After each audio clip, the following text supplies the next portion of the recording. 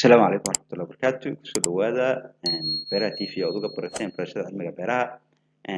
Maanta waxaan ka hadlaynaa hore waxaan uga soo hadalnay noocyada cerealka kuwooda ugu muhiimsanaa.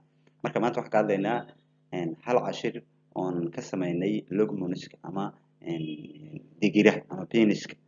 Marka sidii aan casharadii hore kusoo qaadanay oo barnaamijkaas hore uga soo hadalnay waxaan u sameynaynaa casharada outlineskaas. marka waxaan ku sheegaynay laba qaybood in cashir walba dalag walba u qaybsan yahay. marka sidoo kale waxaan cashirka koobaad uga hadli doonaa maxay tahay digir iyo taariikhda digirta intay kasoo bilaabatay.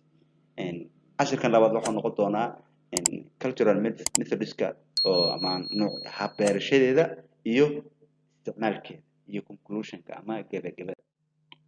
marka waxaan ku hadlaynaa marka cashirkeena koobaad uga hadlaynaa beanska ama digirta. maxay tahay digir marka hore? marka waxaa loogu talagalay digirtu sidaba waa dalagyada kamid ah small spherical seedska ama dalagyada seedkoodu oo qaybsamo. marka seed podkay leedahay fruit waxay leedahay pisum ama sativum.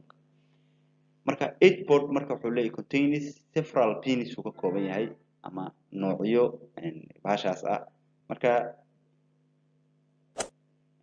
qaybta koobaad oon meeshaan ka hadli doono waxa waaye waa botanicalkeeda botanical fruitskeeda oo ka kooban seeds oo aad u developraysan ovary kii sheegeen flowerskeeda waxyaabahaas. marka waatan ayadoo digirtiyo cagaaran oo maadaama ay noocyo badan leedahay marka aanu qaybtan hal sawir kusoo qaadanay iyadoo la bixiyey oo diyaar ah.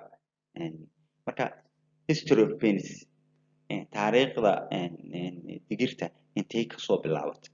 waxay kasoo bilaabatay originally waxaa la xanaaneystay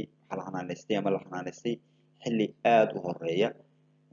marka waxa weeye waa old cultivated cropskii ku jirta ama dalagyadii ugu horeysay ee la xanaaneystay. intay negative ahaanna waxay ahayd wild plants. marka negative ahaan marka uu leeyahay waxa waaye waxaa jira dalagyo laga dhex sameeyey hybridization lagu sameeyey laba dalag. marka ayada waxa waaye waxay kamid tahay native wild plantskii kamid tahay ama wild plantskii laga helay Mediterranean region ama gobolka Mediterraneanka ama badda Mediterraneanka ay oo ah wuxuu marka ancient remains dating to the late Nilotic periods. marka xilligaas ayaa laga helay xilligaas inuu ku abtirsataa. marka kabacdi waxaa la meelo kale oo laga helay way jirtaa sida Middle Eastiga ama bariga dhexe.